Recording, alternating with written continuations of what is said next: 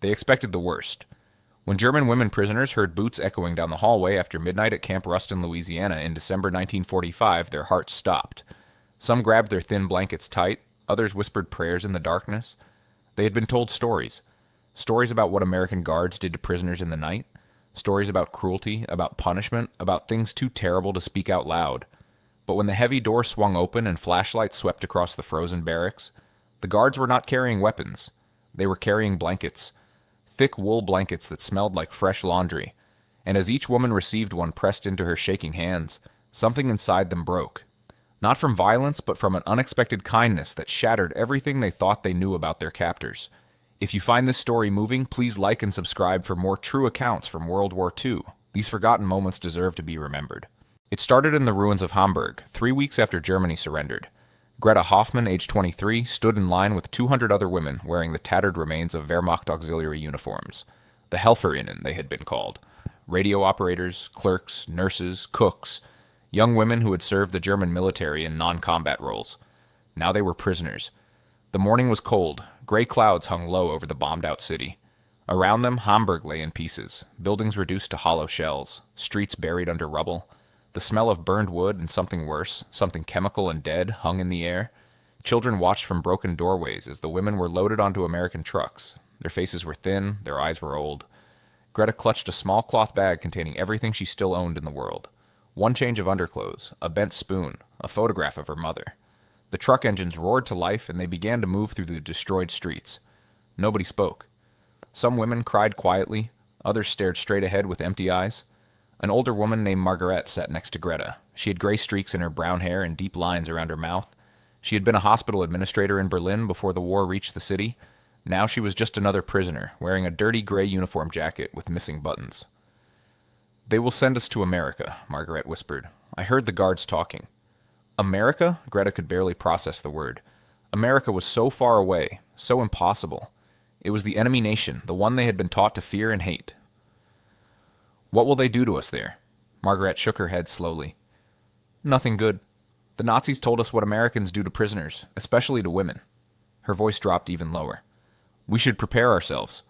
That phrase stayed with Greta as they were transferred from trucks to trains, then from trains to ships in Bremen Harbor. Prepare ourselves. What did that even mean? How do you prepare for cruelty? How do you steel your heart against humiliation? The ship was a converted cargo vessel. The women were led down narrow metal stairs into a hold below deck. The space was dim and smelled of rust and oil. Bunk beds lined the walls, stacked 3 high. Each woman was assigned a number and a bed. Greta got number 147 in a top bunk near the back corner. That first night on the ship, as the engines rumbled and the Atlantic swells rocked them back and forth, many women got seasick. The smell became terrible. Some vomited into buckets, others lay curled up, moaning softly. But American guards brought crackers and water. They emptied the buckets without complaint. They spoke in calm voices, even though none of the German women could understand English. Greta noticed this. The guards were not brutal, they were not cruel, they were professional, almost bored. This confused her. Where was the hatred she had been promised? Where was the revenge? "Maybe they are saving it for when we reach land," Margaret said darkly. "Maybe then the real punishment begins." 12 days later, the ship reached New Orleans. The women were ordered on deck as the ship pulled into port. Greta stood at the railing and stared. She had never seen anything like it. Buildings that were not destroyed, cars moving on streets, people walking normally like war had never happened.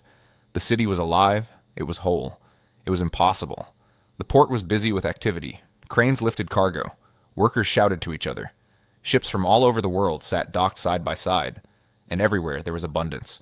Crates of food, barrels of oil, stacks of lumber. The wealth was overwhelming. A woman standing next to Greta started crying. "Look at it all," she whispered. "We were told America was weak, that they were running out of supplies, that they were on the verge of collapse. But look." She gestured at the busy port with a shaking hand. "This does not look like weakness. Hamburg was a graveyard. Berlin was ashes. But here was America, untouched and thriving. The contrast made her dizzy. Or maybe that was still the seasickness. Either way, as she walked down the gangway onto American soil for the first time, Greta felt like she was walking into another world. On the dock, American officials waited with clipboards and documents. The women were processed quickly and efficiently. Names were checked against lists. Numbers were assigned. Medical personnel gave brief examinations to make sure nobody was seriously ill. Everything was organized. Professional. almost boring in its routine normalcy. This was not what they had prepared for. They had expected chaos or brutality. Instead, they got bureaucracy. Forms and stamps and orderly lines. It was disorienting in its mundane efficiency. From New Orleans, buses took them north through Louisiana. Greta pressed her face to the window and watched America roll past. Farmhouses painted white, fields full of crops, towns with intact churches, children playing in yards. Everything looked so normal, so peaceful, like the war had happened on a different planet. The bus was comfortable, better than any transport she had experienced in Germany during the war. The seats were padded. There was enough room. Nobody was crammed in like cargo. Through the window she saw a farmer on a tractor, waving as they passed. She saw a woman hanging laundry in a backyard. She saw children riding bicycles down a dusty road. Ordinary life, untouched by war. It seemed impossible. How could the world contain both this peaceful Louisiana countryside and the ruins of Hamburg? How could both realities exist at the same time? "They have so much," whispered a young woman sitting across from Greta, "and we have nothing. How is that fair?" Nobody answered, because there was no answer, or rather, the answer was too painful to speak aloud. They had lost. Not just the war, but everything. And their enemy had won everything. The evidence rolled past the window, mile after mile of peaceful, prosperous America. They reached Camp Ruston just as the sun was setting. The camp sat in the middle of pine forests, surrounded by double fences topped with barbed wire. Guard towers stood at each corner. Soldiers with rifles watched as the buses pulled through the gates. This part looked familiar. This part looked like a prison. The women were lined up in the yard. An American officer stood on a wooden platform and spoke to them through a translator. They would be registered. They would be given identification numbers. They would follow all camp rules. Any attempts to escape would be dealt with severely. Standard prisoner of war procedures. Then came processing. One by one, the women were called into a long building. When it was Greta's turn, a female guard led her inside. The room was warm. Steam rose from somewhere in the back. Greta's hands began to shake. This is it, she thought. This is where it happens. But the guard just pointed to a bench and said something in English. The translator appeared, a young woman with kind eyes. "Remove your uniform and put it in that basket," the translator said. "You will shower and receive clean clothes." Shower? Greta hesitated. Was this the trap? But what choice did she have? Slowly she undressed, placing her filthy uniform in the basket. The guard handed her a towel, a real towel, thick and white. Then she was led into another room. The shower room had tiled walls and multiple shower heads along one side. Other women were already there, standing nervously under the water. The guard gestured for Greta to join them. She stepped under a shower head and turned the knob, expecting cold water. Hot water poured over her. Actually hot. Steam rose around her shoulders, and there on a small shelf sat a bar of soap. White soap, the kind she had not seen in years. She picked it up with trembling fingers. It was heavy. It smelled like flowers. Greta started to cry. She could not help it. For 2 years she had washed with nothing but cold water and harsh lye soap that left her skin raw. She had picked lice from her hair every night. She had lived in dirt and sweat and the constant smell of unwashed bodies. And now, here in the enemy's prison, she stood under hot water with real soap in her hands. Next to her, Margaret was also crying. So were others. The sound of women weeping echoed off the tiles, mixing with the sound of running water. But these were not tears of pain. They were tears of relief, confusion, and something else. Something harder to name. After the shower, they were given clean clothes. Not uniforms, but simple cotton dresses and undergarments. The dress was dark blue and fit reasonably well. There were even clean socks and sturdy shoes. Greta ran her hands over the fabric. It was soft. It was clean. It was incomprehensible. From the shower building, they were led to a dining hall. The room was large and warm, with long tables and benches. The smell hit Greta immediately. Food. Real food. Her stomach twisted with hunger so intense it hurt. The women lined up at a counter. American soldiers, both men and women, stood behind it with large pots and serving spoons. As each prisoner held out a metal tray, the servers filled it with food. Beef stew, mashed potatoes, thick slices of white bread, an apple, a cup of coffee. Greta stared at her tray. This was more food than she had eaten in a week back in Hamburg, maybe more than she had eaten in a month during that last terrible winter. The bread alone would have been a treasure. The meat was unthinkable. "Is this a trick?" whispered a young woman behind her. "Are they trying to poison us?" An older prisoner, a woman with steel-gray hair, shook her head. "The Geneva Convention. They must feed us properly. It is law." But knowing it was law did not make it feel real. Greta sat at a table with Margaret and 3 other women. For a long moment nobody ate. They just stared at their food like it might disappear. Finally, Margaret picked up her spoon. She dipped it into the stew, lifted it to her mouth, and tasted it. Her eyes went wide. Then she started eating faster, like she could not stop herself. One by one, the others began eating too. Greta took a bite of bread. It was soft and slightly sweet. It dissolved in her mouth like a miracle. She took a bite of potato. It was creamy and rich with butter. Real butter. She had not tasted butter in 3 years. Around the hall, women were crying again. Some were eating and crying at the same time, tears running down their cheeks as they spooned stew into their mouths. Others just sat frozen, staring at their food with expressions of disbelief. An older woman across the table ate slowly, deliberately, as if trying to make each bite last forever. Between bites, she closed her eyes and seemed to be praying. Another woman could not eat at all. She just sat there with her hands pressed against her face, shoulders shaking with sobs. The American cook who had served them watched with a troubled expression. She said something to another guard who shrugged. They did not understand. How could they? They had never known real hunger. They had never watched children die from starvation. They had never eaten grass and bark to survive. Greta thought about her mother and brothers back in Hamburg. Were they alive? Were they eating? The last letter she had received months ago had described their situation. They were living in the basement of a destroyed building. They ate watery soup made from potato peels and whatever weeds they could find. Her youngest brother was sick with a cough that would not go away. And here she sat, the prisoner, eating beef stew with real meat and fresh bread with butter. The wrongness of it was overwhelming. She should be suffering. She should be punished. Instead, she was being fed better than she had been fed in years. "I do not understand," she whispered to Margaret. "Why are they doing this?" Margaret swallowed a mouthful of food and shook her head. "I do not know. Maybe this is how they break us, not with cruelty, but with kindness we cannot refuse. Maybe they want us to feel grateful. Maybe they want us to forget who we are." "But we are still prisoners," Greta said. "Yes," Margaret agreed quietly. "We are still prisoners. But we are fed prisoners. And somehow that makes it worse." After the meal, they were shown to their barracks. Building 14, a long wooden structure with rows of bunk beds on each side. Each woman was assigned a bed. Greta got a lower bunk near a window. On the bed was a mattress with a real pillow and 2 blankets. 2 blankets.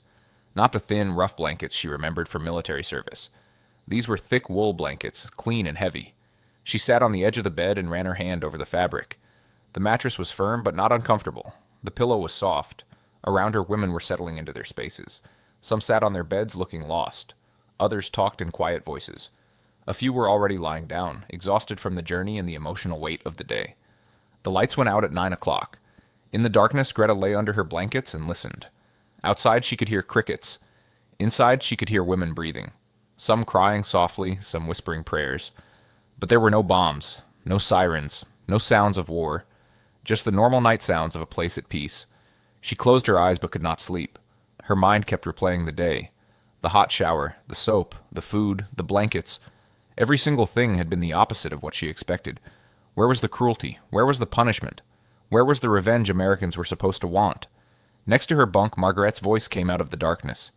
"Greta, are you awake?" "Yes." "I keep thinking about my daughter. She is in Berlin with my sister. They have no heat. They have almost no food.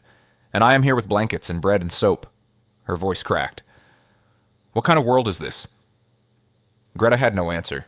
She pulled the blanket up to her chin and tried not to think. Eventually, somehow, she fell asleep. The next morning, a bell rang at 6. Greta woke confused, unsure where she was. Then she remembered Louisiana, America, the prisoner camp. She sat up and looked around. Other women were already getting dressed. Light came through the windows. The day had started. They lined up outside for roll call. An American officer and a translator counted them. Then they were marched to the dining hall for breakfast. Oatmeal with brown sugar. Toast with butter and jam. Fresh coffee. An orange. The food kept coming like magic. After breakfast, work assignments were given out. Some women were sent to the kitchen to help prepare food. Others went to the laundry to wash clothes and linens. Some worked in the camp gardens. A few were assigned to clean the administration buildings. The work was not hard. Nothing like the brutal labor they had heard about in concentration camps or Russian prison camps. Greta was assigned to the laundry. She spent her days washing American military uniforms in large machines, then hanging them to dry on lines outside. The work was repetitive but not exhausting.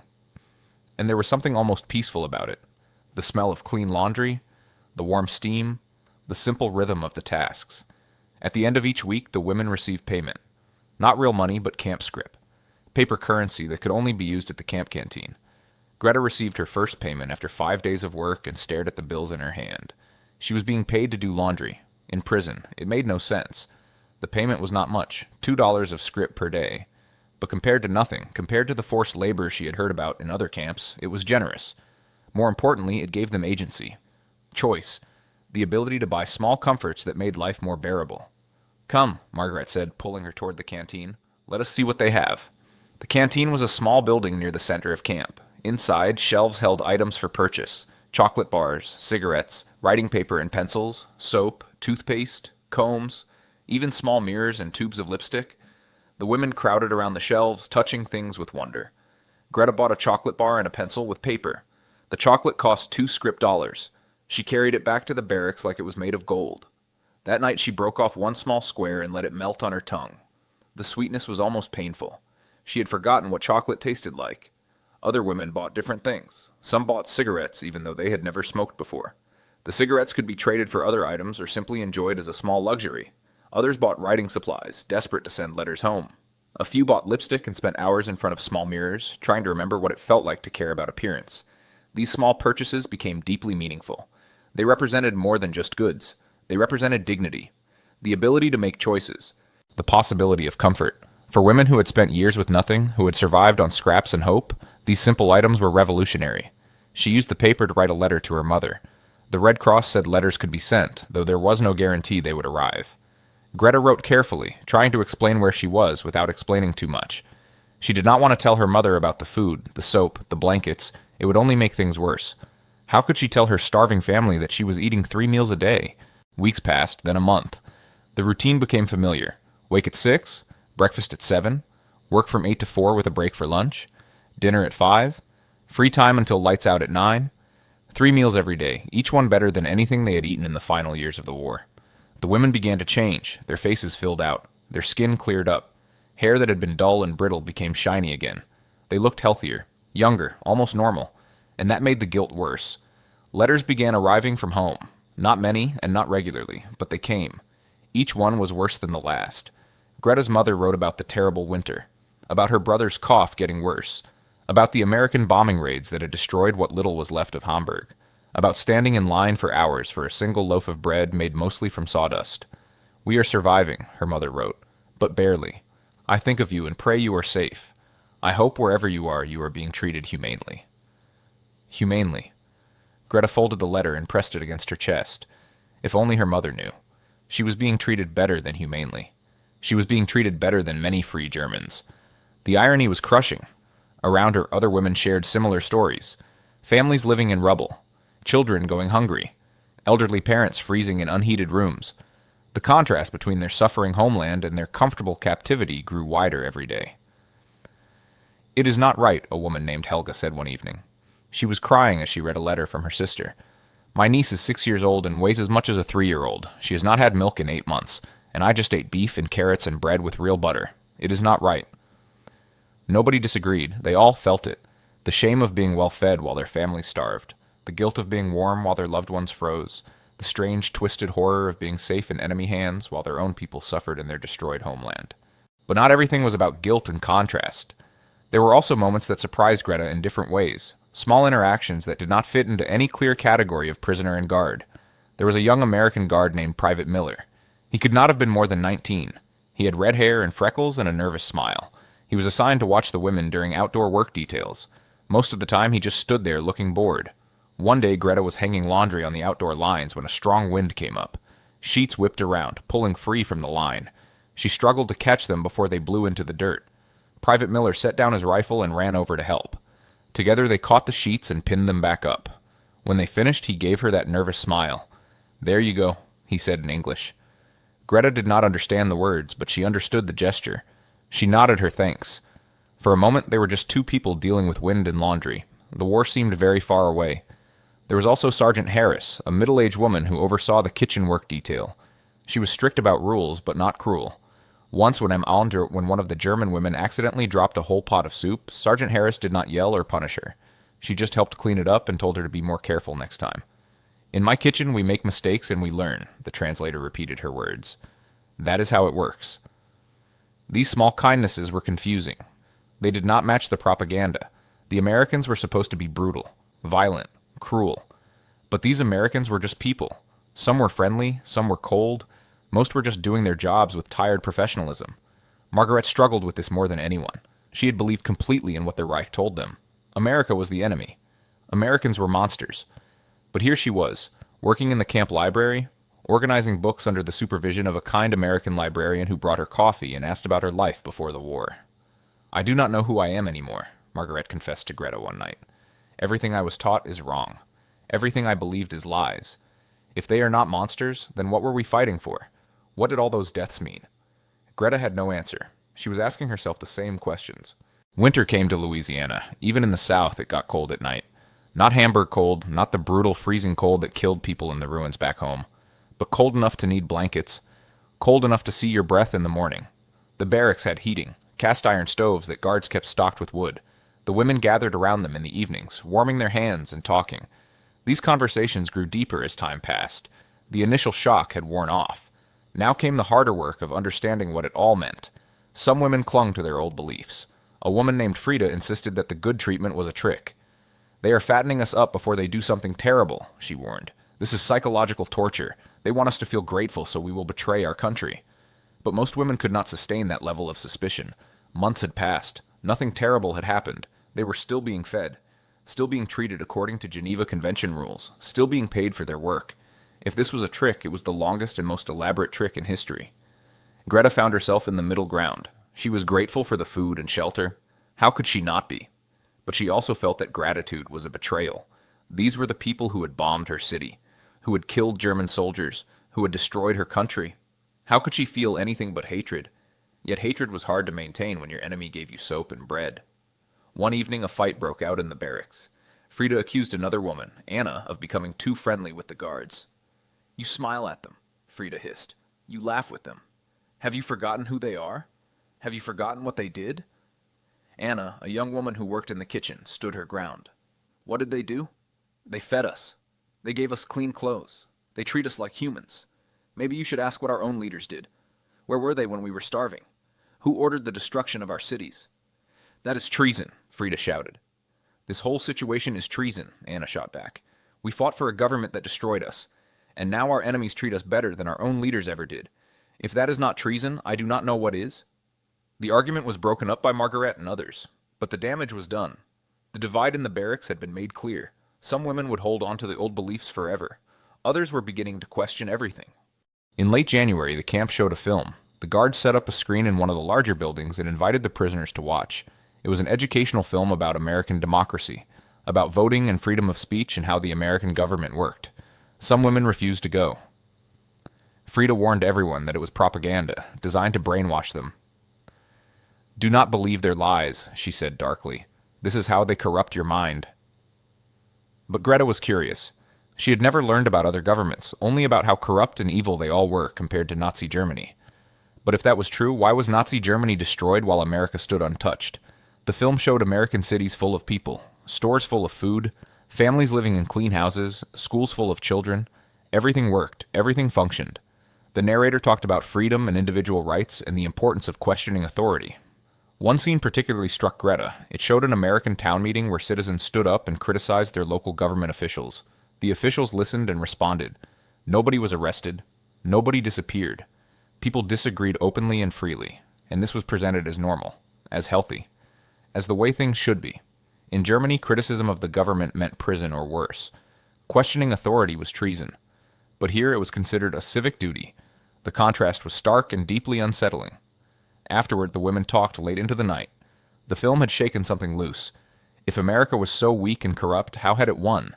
If Germany was so strong and superior, why had it lost? The questions had obvious answers, but accepting those answers meant accepting that everything they had been taught was wrong.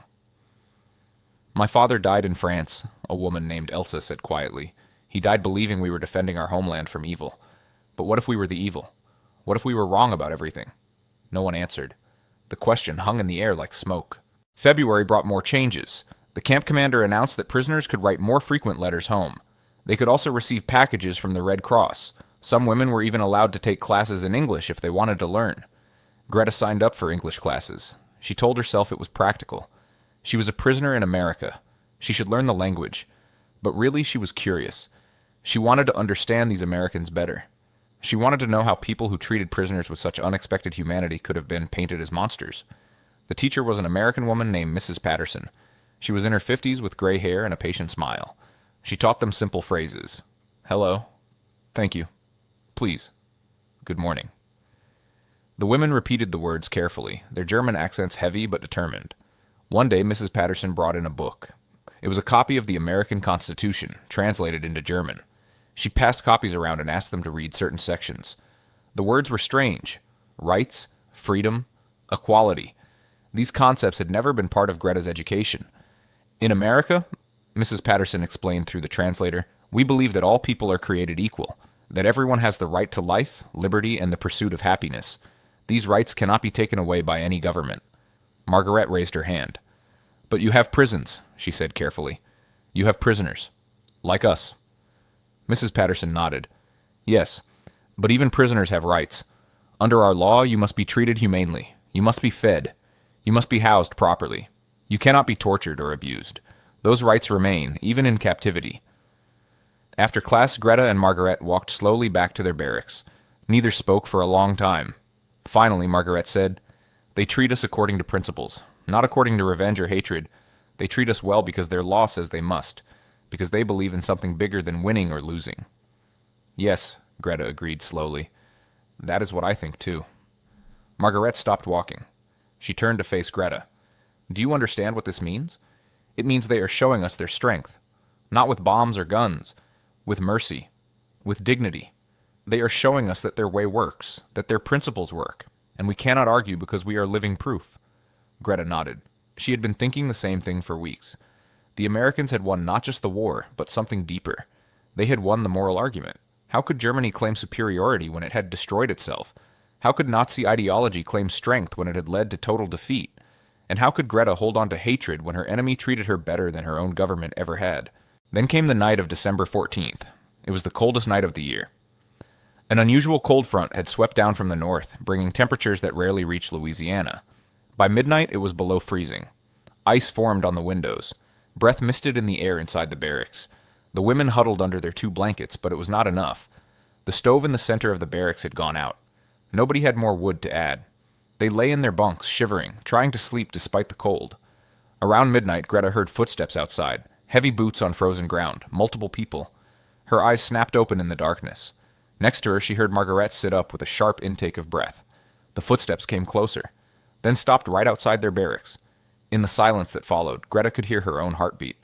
Around her, other women were waking up. Someone whispered, "What is happening?" Greta thought about everything she had heard. Stories from other wars. Stories about what happened to women prisoners in the night. Her hands gripped the edge of her blanket so tightly her knuckles ached. Next to her, Margaret was whispering a prayer under her breath. The door handle turned.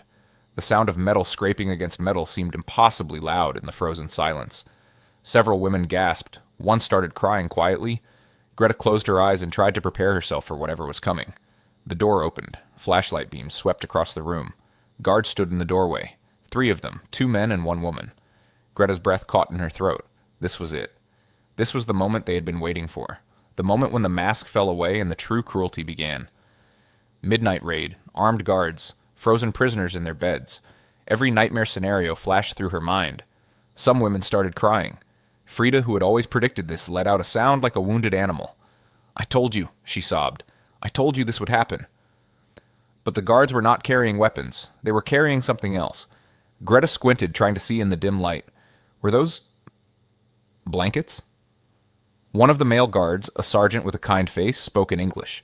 The female guard, who sometimes worked as a translator, repeated his words in German. "We noticed your stove went out. We brought extra blankets. The temperature is going to drop even more tonight. We do not want anyone to freeze." For a moment, absolute silence. Nobody moved. Nobody spoke. The words did not make sense. They had been bracing for violence, for punishment, for the thing they had feared since the day they were captured. And instead, the guards had brought blankets.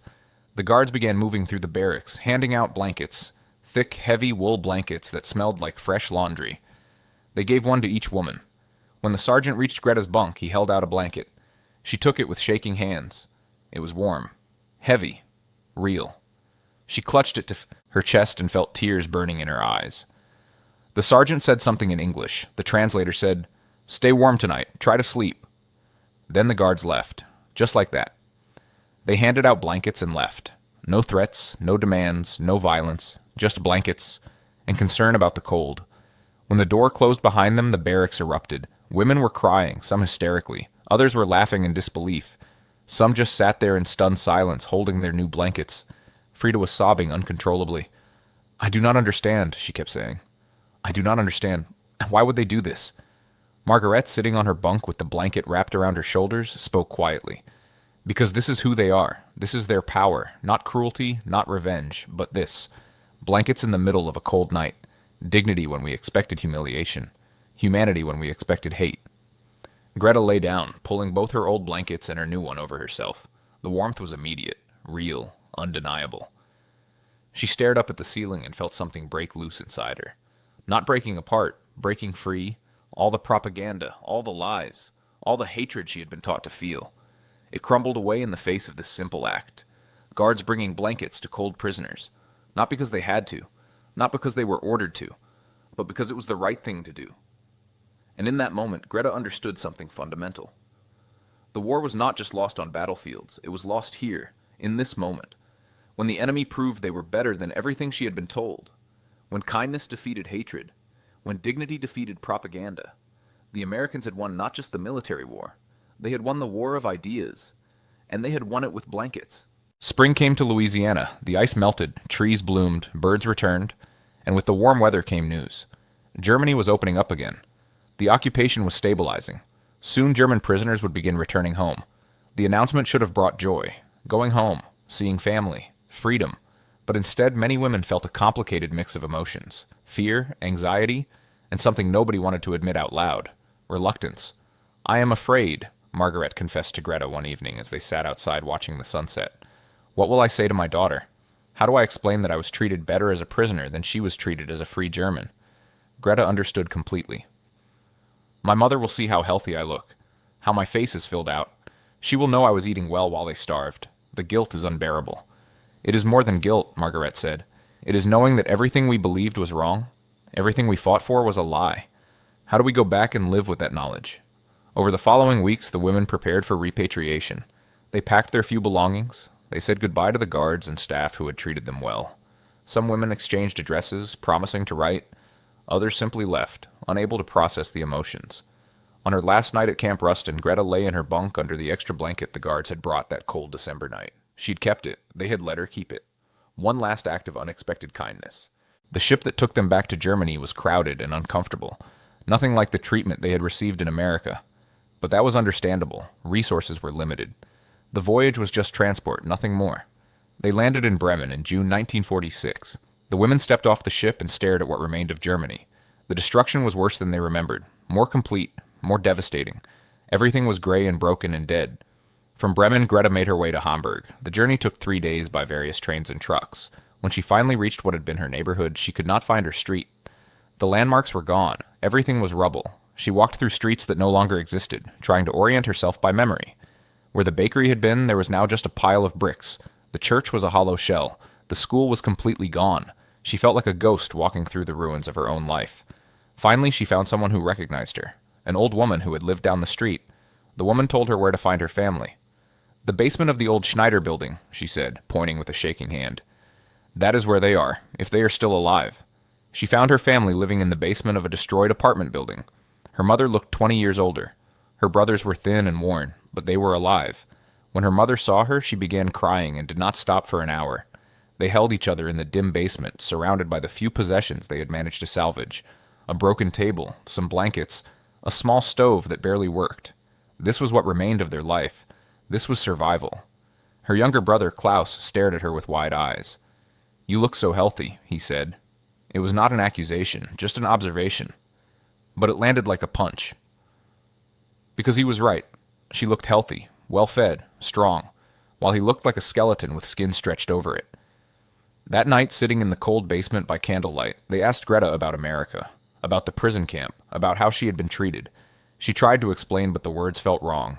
How could she tell them about 3 meals a day? About hot showers and soap? About being paid to work and buying chocolate? About guards bringing blankets in the night? Her mother noticed her hesitation. "They treated you badly?" she asked fearfully. "No," Greta said quietly. "That is the problem. They treated me well. Better than well, they treated me with dignity and kindness, and I cannot reconcile that with everything we were told." Her mother was silent for a long moment. Then she said, "Perhaps that is the lesson we were meant to learn. That the world is not as simple as we were told. That our enemies were more human than our leaders." The years passed. Germany rebuilt slowly. Greta found work in an office. She married a man who had survived the Eastern Front. They had 2 children. Life went on, as life does. But the war never truly left her. How could it? She carried it in her memories, in her dreams, in the way she reacted to certain sounds or smells. The scent of laundry soap always brought her back to that shower room in Camp Ruston. The feel of a wool blanket always reminded her of that cold December night. Her husband understood in his own way. He had his own scars, his own memories that would not fade. They did not talk about the war much. What was there to say? They had both survived. That was enough. But she never forgot. The soap, the food, the blankets. These simple things stayed with her more powerfully than memories of war.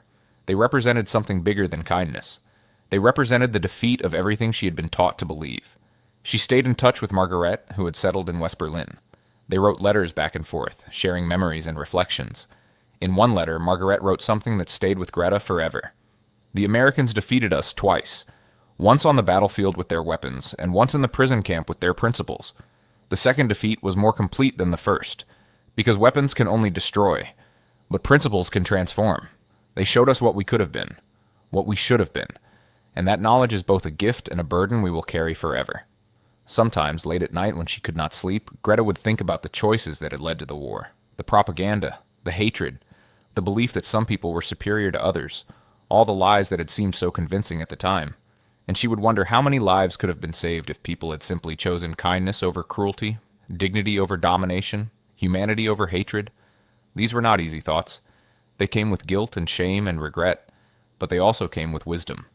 The hard-earned wisdom of someone who had believed lies and lived to see the truth, who had been saved not by her own side, but by the enemy, who had learned that the world was far more complicated than any propaganda could capture. Many years later, when Greta was in her 60s, her granddaughter asked about the war. They were sitting in Greta's small apartment in Hamburg, drinking tea. The girl was studying history in school and had questions about the past. "Grandmother," the girl asked, "were you afraid when you were a prisoner in America?" Greta thought for a long moment. "Yes," she finally said. "I was terrified, but not of what actually happened. I was afraid of cruelty that never came, of hatred that was never shown. The guards brought us blankets in the middle of a cold night, and that act of simple humanity broke something inside me. It broke my hatred, and I have lived with that broken hatred ever since." "Is that bad?" her granddaughter asked. "No," Greta said, smiling sadly. "It is the best thing that could have happened. Hatred is easy to carry. It burns hot and feels powerful. But broken hatred, defeated by kindness, that teaches you something important. It teaches you that the world is more complicated than propaganda, that enemies can be more humane than friends. That dignity matters more than victory." She still had the blanket. It was old now, worn and faded, but she kept it folded in her closet. Sometimes she would take it out and hold it, remembering that cold December night, remembering the footsteps outside, the fear, the door opening, the guards with their arms full of wool blankets. That moment had changed her forever, not because it was cruel, but because it was kind. And kindness, she had learned, is far more powerful than cruelty could ever be, and so the blanket became more than wool and fabric. It became a symbol of something larger. Proof that enemies can show mercy, evidence that humanity persists even in war, a reminder that sometimes the most powerful weapons are not guns or bombs, but simple acts of unexpected kindness. For Greta and the other women at Camp Ruston, that cold December night represented a turning point. They had expected the worst. They had prepared for cruelty. Instead, they received warmth, and in receiving it, they were forced to confront an uncomfortable truth. Their enemies had treated them with more dignity than their own leaders ever had. The paradox haunted them for the rest of their lives. They had been fed while their families starved, sheltered while their cities burned, treated humanely while their countrymen suffered. This inversion of expectations broke something fundamental. It shattered the propaganda that had shaped their worldview. In the end, America won not just through military might, it won through the consistent application of principles, through following rules even when dealing with enemies, through showing that dignity and mercy are not weaknesses but strengths, through proving that a nation's true power lies not in how it treats its friends, but but in how it treats its prisoners.